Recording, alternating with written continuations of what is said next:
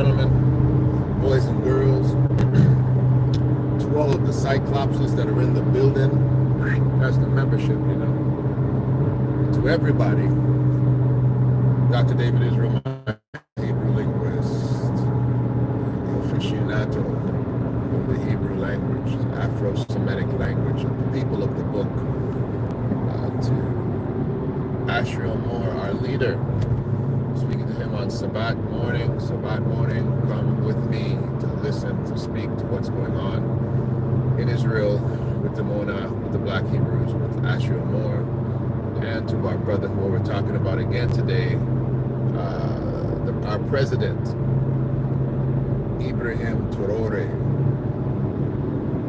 Salute to the president of the world and of Africa. Listen, we're going to have a quick conversation about currency, the CFA franc, and has Bukino Faso dumped the CFA franc? There's been a lot of news about the potential of dumping the CFA franc and for a new Sahel currency. Apparently that hasn't happened yet. And you know, these things are a little more complicated than I think we realize. You can't just declare you have a new currency when your currency has been so manipulated by the Western world. You have to do some things first to declare that your money is currency. You can create money all day long. Monopoly has money, but is it currency? And there's a difference. There's soft currency and there's hard currency. There's fiat currency. Hard currency is gold and silver. That traditionally has been hard currency. Traditionally also it was jade. Jade used to be currency. Hard currency, meaning it was a commodity that you could exchange for. It carried value, not just locally, but it carried international value. Its value was known, its value was agreed upon. Same thing with silver. It was known currency. You made coins out of silver.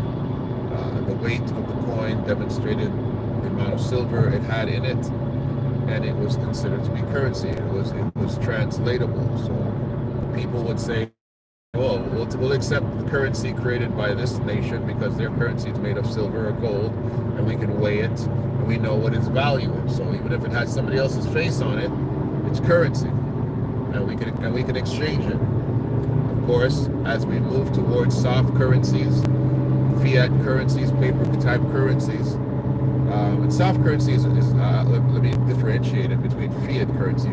Soft currency is paper. Is things that are created that are not actually made of the commodity itself. So it's considered to be soft currency backed by the government that issues it. But historically, that currency was also representative of a certain amount of gold. You could exchange it for the comparison amount of gold. And so it was considered soft because it was easier to carry. It carried the same value. It was legal tender. And it carried the same value as the equivalent amount of gold or silver. Now that is not the case. Fiat currency is currency that is it belongs to a particular nation, but it's not backed by any commodity. It is backed by the bond or the word or the reputation of a country. That's where we are right now. So the CFA, this particular currency that France has given to Africa and most African countries. And France is a very smart colonizer. Oh, they are. They're very smart colonizer. They make sure they give you a currency that doesn't carry any value, right? And they can control your currency up and down, up and down, up and down. So you're basically poor. But what France is extracting from you, your minerals, they're paying you in your own currency, the valued currency they've given you. They're very smart people. They're very smart thieves. And I have to move French-speaking people in the number 2 spot all time of the evilest people on the planet. I gotta put them there. They definitely earned their place there. They definitely earned their place. Okay? Number 2, baby. Number 2. I mean, the French are worse than the Romans. The Latins, you come in right behind the French, although French is a Latin language, but the other Latins, the Spanish, the Portuguese, and the Italians, you all come in right behind the French. Right there, you're right there, baby, you're right there. But France is diabolical, honestly diabolical. France has kept their colonizing so strong that they've made sure too that they understand what you need. You need money, you need a system of government, and you need weaponry to protect yourself. And you gotta keep buying weapons from us that we're gonna give you. But we're also gonna keep destabilizing your country, so you have to keep coming back to us. So France is the second biggest arms dealer in the world behind America. People don't really know that. You thought it was Russia, but it's France. And so they've kept Africa so destabilized and dependent on them with this CFA currency. And so this is why Traore is so desperate to dump it. But what France has said to Africa is that your currency is backed by gold, your own gold. So we're going to take your gold and we will back up your currency. We will sponsor the currency. We will accept the currency at this value. And because your currency is backed by gold, the gold that we're never giving back, the gold that we've taken, the gold that we say is worth this much, but it's worth this much. Like, for example, France is extracting gold, giving Bukino Faso $1 billion a year, right? And basically they're extracting, almost $2 billion a month worth of gold. So it's academic. Now the question is, how do you get yourself off of being a dependent on a particular currency and not bankrupting your country? Because what takes place when Bukino Faso stops trading in CFA and they create their own buy goods, or in the case of Bukino Faso, they probably have to convert CFA to French francs. They probably got to convert to French francs and then buy it on that. They probably are not even able to use CFA outside of the country. I don't know that one. Somebody can verify that. I doubt it. I doubt they can use the CFA outside of Africa. They probably, if they have to do international business, have to convert that money to French francs in order to do international business, or they have to have reserves in American dollars. So now, if that's how you have to do business with the world, and you've changed your currency, and the world doesn't recognize your currency basically has no value. You can't buy anything. You say, well, if you want to buy something from us, we're not going to accept your currency. Give it to us in American dollars. You go, okay, fine. Then you go to America and you say, can I translate these Sahel dollars to American dollars? The bank says, we don't recognize Sahel.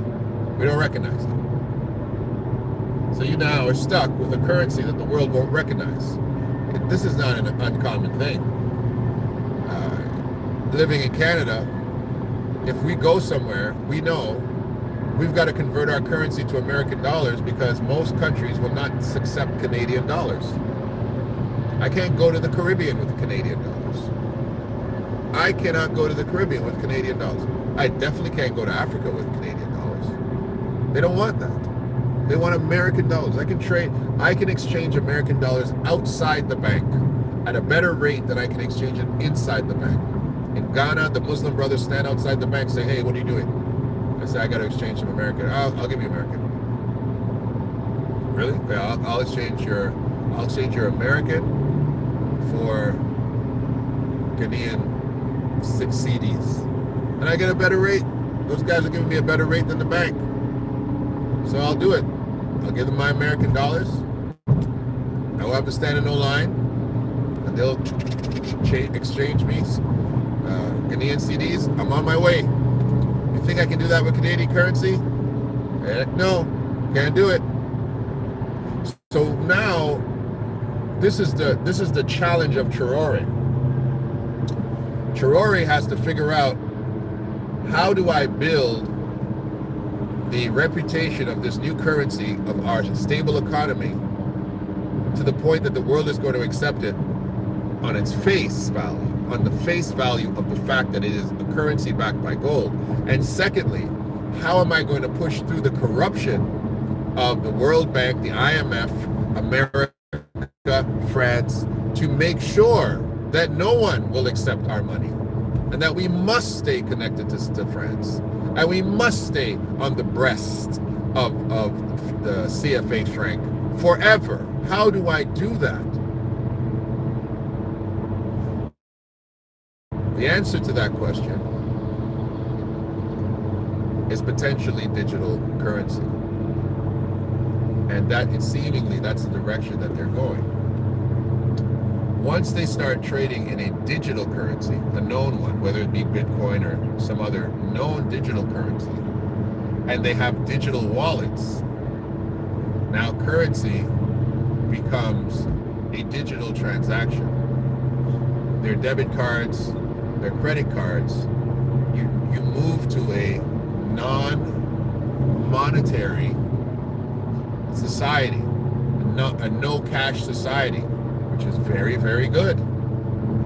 It's very, very good, because the banks will always work with you. It's very, very good. Once you have a digital currency, not utilizing American dollars, francs, pounds, euros, but you're saying, no, our currency is a completely digital currency backed by a Bitcoin, and you're buying Bitcoin, you're exchanging Bitcoin, and using Bitcoin as your source of currency, and your entire currency is digital. Ladies and gentlemen, you have just defeated the IMF. Because this is what the entire blockchain world is for. It is to destabilize the hand of government on your wealth.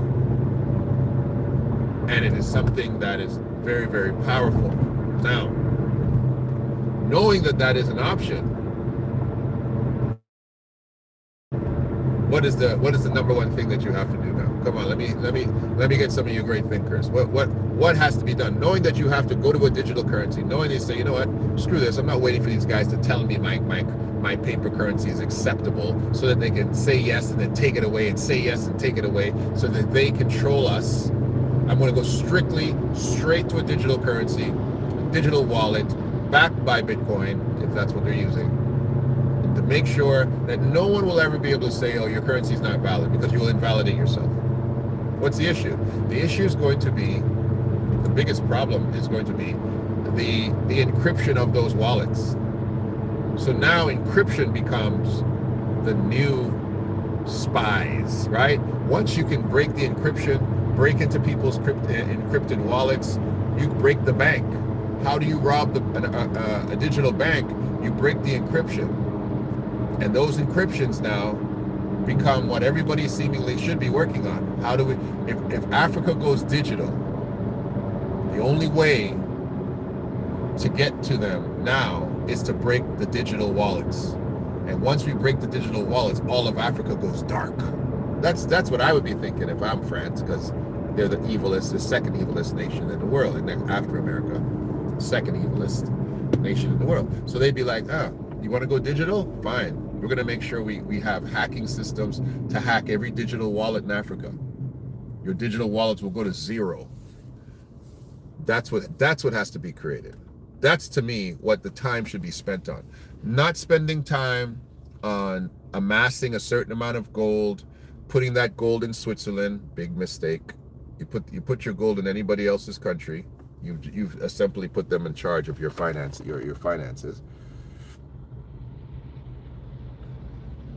My thoughts on clandestine surveillance. You're talking what I'm talking, brother. My thoughts on clandestine surveillance, if we're talking the same thing, That's what it is. Clandestine surveillance is the capacity to look into what is taking place in your nation from a multitude of areas. What is your financial trajectory? How are you going to feed yourself in the future? How are you going to weaponize yourself? How are you going to secure information? Clandestine surveillance is effectively what I believe Mr. Musk is trying to do with his satellites. He's not trying to go to Mars. He's trying to make sure that he's got eyes in the sky. He wants to allegedly make sure that he has the capacity for his cars to be controlled by a satellite. He has a satellite network where all his cars can drive by themselves. But if those cars can drive by themselves, something's seeing those cars. And if they can see the cars, they can see you everywhere. Map out the world from space. And that's dangerous. You can't put that in the hands of one person. You can't do that. Clandestine surveillance is what Russia has, which is why they're so able to affect American elections. You can't hide from Russia. All the intelligence that Bukino Faso is getting about what the French and what sometimes even Africa are planning to do against him, he gets it from Russia. Russia has the whole world tapped. The whole world is tapped. Russia can do everything. Russia's got the best hackers in the world. Period. Which is another thing.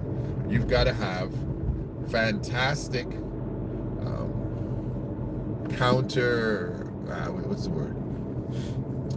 espionage technology. Like, you've got to have crazy technology to keep people out of these blockchains. Like, you've got to have crazy tech, because guess what? Anybody who creates a software, anyone who creates an app, always creates a back door, an easy back door. Oh, I can get in this way.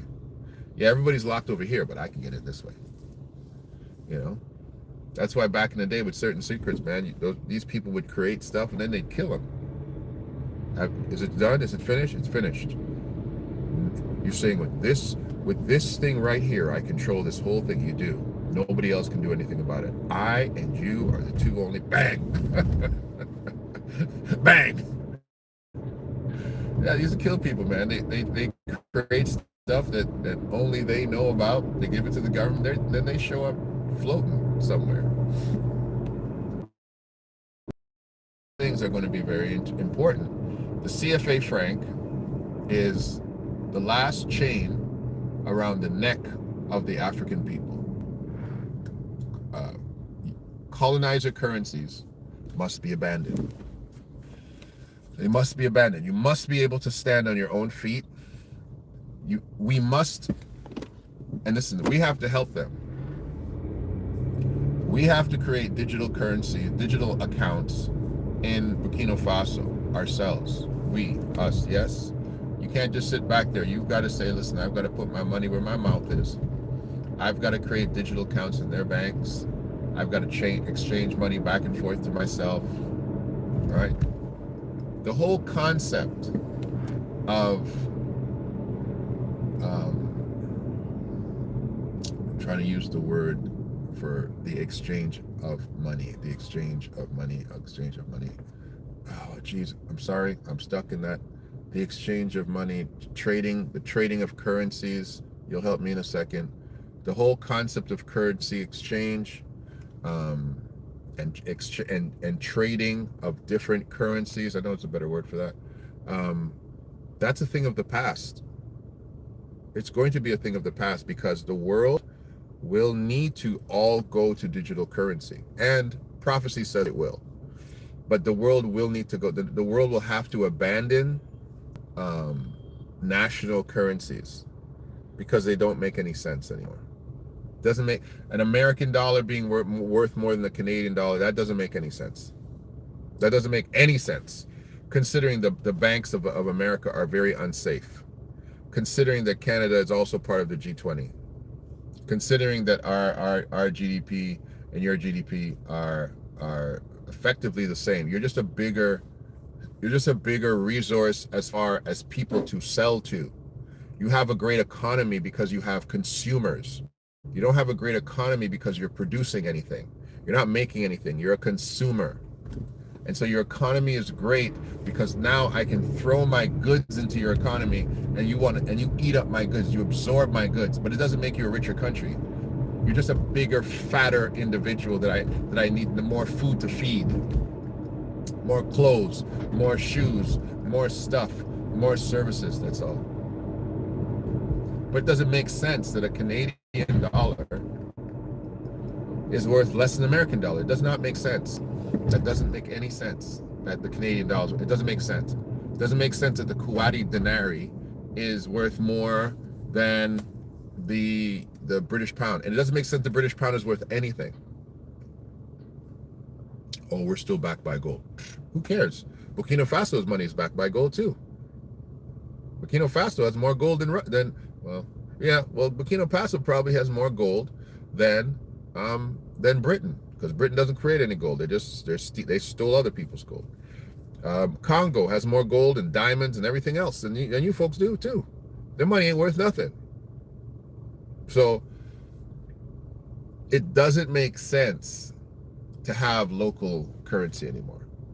It isn't. It's a system of manipulation to keep colonizers in power. Africans have allowed it. Some are waking up, but some are participating in it because it's very simple. It's a very simple thing. If you make the milkman a millionaire, who the heck's going to deliver your milk? What do I mean by that? You should understand that it behooves the rich to keep people poor. Of course, how am I special if you're rich too? I don't want my servants to be rich. I want my servants to be wealthy enough to be able to get to work and to get home, to eat, to sleep, and to get up and to come back to work. I don't want them to, oh, I'm gonna take 2 months off, boss. Oh, no, I can't have you take 2 months off. Well, I can afford it, boss, so I'm gonna take 2 months off. Ooh, I'm paying you too much. I need you to not be able to take 2 months off. I need you to say, I didn't want to take the 2 weeks you gave me. I can't afford it. So it does not make sense to make poor people rich to the rich. Doesn't make sense. And quite frankly, if we do make poor people rich, we're going to have to triple our armies, because you're going to have to force people to go to work. You're going to have to become Cuba. You have to. You have to become China. You have to. Because the garbage man's going to say, I don't feel like picking up your doggone garbage. Pick up your own garbage. I don't feel like baking bread today. Let them eat cake. Right? So people that control the world understand that the greed and need law is how the world works. The world works out of greed and need. Greed and need. The rich are the greedy, the poor are the needy. And the balance of greed and need is what allows your society to work. That's why they pay, listen to me, why do they pay a bus driver 6 figures in Toronto? Bus drivers are making 6 figures. Why? Why does a bus driver make 6 figures? Why? There's 2 reasons why. Number one, nobody wants to do that stupid job, monotonous job. Number 2, they have unionized themselves to make sure that they're going to ensure that they make top dollar. And number 3, you need professional people, timely people who are going to be able to do that job. But it's a monotonous job. Paying a bus driver 6 figures for a reason. Because he wanted to get up and do his job. Get up at 4 o'clock in the morning and go do your job. You pay a bus driver 40 grand an hour and be like, man, shoot, I'm calling in sick today, bro. I don't feel like doing that job today. You pay him 100 grand, you be like, hey, I gotta get to work, bro. I gotta get to work. I drive this bus. I'm driving this bus. Man, let me be very clear. A bus driver, I'm not talking about a school bus driver. I'm talking about a public transit bus driver in this city. I don't know about yours. Makes the same money as a cop, sometimes more. Does that make sense? No, it doesn't. Because you got to make sure the world is moving. You go to an accident. I got time. You go to an accident as a police officer. The number one thing for a cop when he goes to an accident isn't to make sure that you're okay. A police officer's not an ambulance attendant. He's not a fireman. They have no training to help you. Zero. Cops have no training. They're the most useless person at an accident scene. Useless. What are they going to do? What are they going to rush there and do? If there's a fire, they don't want to be anywhere near that. If somebody's dying, they got no skills to help you. None, zero. If you're stuck in the car, they don't walk up with jaws of life. They got nothing in their car but bullets, guns, cones, nothing. The cop's job is to say, clear the highway. Make sure the highway moves. Because when the highway stops moving, the city stops making money. That's the job. Move, clear the highway. Listen, we got to clear the road. Got to clear the road. The only time they can tie that road up is somebody's dead. That's it. Only time they shut that lane down if somebody's dead. Or the construction teams. And what's construction? What's construction? Construction is legalized stealing. Because you have the politician, right, who has a construction budget that gives that construction millions of dollars every single year to his people. His people give him a kickback. Because why does an asphalt road break up into pieces every single year? Because we want it to. You want to keep having to build that road every year. Every year they're building that road. Every year. Why? Because it's a hustle. It's a Ponzi scheme. Oh, we got to spend some money on construction. Same thing with snow removal. It's a hustle. Right? All of those things are hustles. And that's how civilization works. That's how the so-called civilized countries, the first world nations work. That's how you steal. You steal like that. But the concept, as I was saying, is greed and need. That's how the world works. If Africa is not in need, we cannot institute the proliferation of our greed. We can't steal from them and tell them we're helping them. How dare they think they don't need us anymore? The French president said, one day they're going to tell us thank you. Are you serious? You will be thanked, though. Oh, I promise you, one day you're going to get the thank you that you have not been looking for from Africa. Africa's going to rise up and thank a lot of you. So, the CFA franc, it won't be around long. And they're trying to make sure, speaking of Europe, are trying to make sure that some of these bigwigs don't play ball. We're trying to make sure Ghana doesn't play ball, and especially Nigeria. Nigeria needs to wake up and stop their foolishness. They got to make sure they play ball. Nigeria, according to rumor, has been implicated in multiple attempts to assist in the assassination of Traore. That's the rumor mill. Don't know how true that is. I don't want to besmirch Nigeria, but if that's true, shame on you. It's ridiculous. But these nations, and this is why Traore has, in my opinion, Traore pulled out of ECOWA because ECOWA is working with Europe to undermine and maybe even assassinate him. There's a reason he said, we will never go back. A man who is so united for Africa looked at ECOWA and said, we will never go back to them, and left it at that. That should tell you a lot. That should tell you a whole lot. A plan to undermine and to potentially even kill him, to arrest him in Africa, to place him under arrest in another African nation, to hold him responsible for whatever they want to try to pull off. No. And my understanding is that Russia shut that down, gave him all the files. That's why. Why would a man who is so loyal to Africa say to the ECOWA Union, we're never coming back? Never are we coming back to that. So the ECOWA countries need to get their act together. And he doesn't care. He's like, hey, listen, and he's going to change it. He's going to say, hey, we're going to have a Sahel passport, a Sahel association, and you guys can come to us.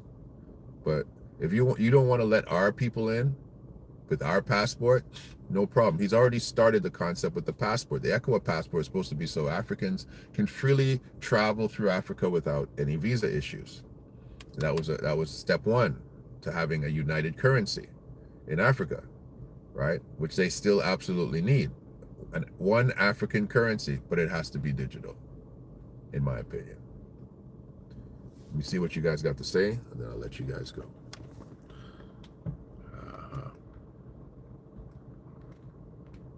Anyway. All right, people. Love, peace, and hair. Grace is Del K. Brereton. This is The Real Spiel. It's great talking to you. Keep your eye on this thing. Support Africa. Support Bukino Faso. They have their own app that you can get in your app store, and you literally can open an account in their banking system. Do that. Open a $100 account on their app. Let's see what we can do. We'll talk soon.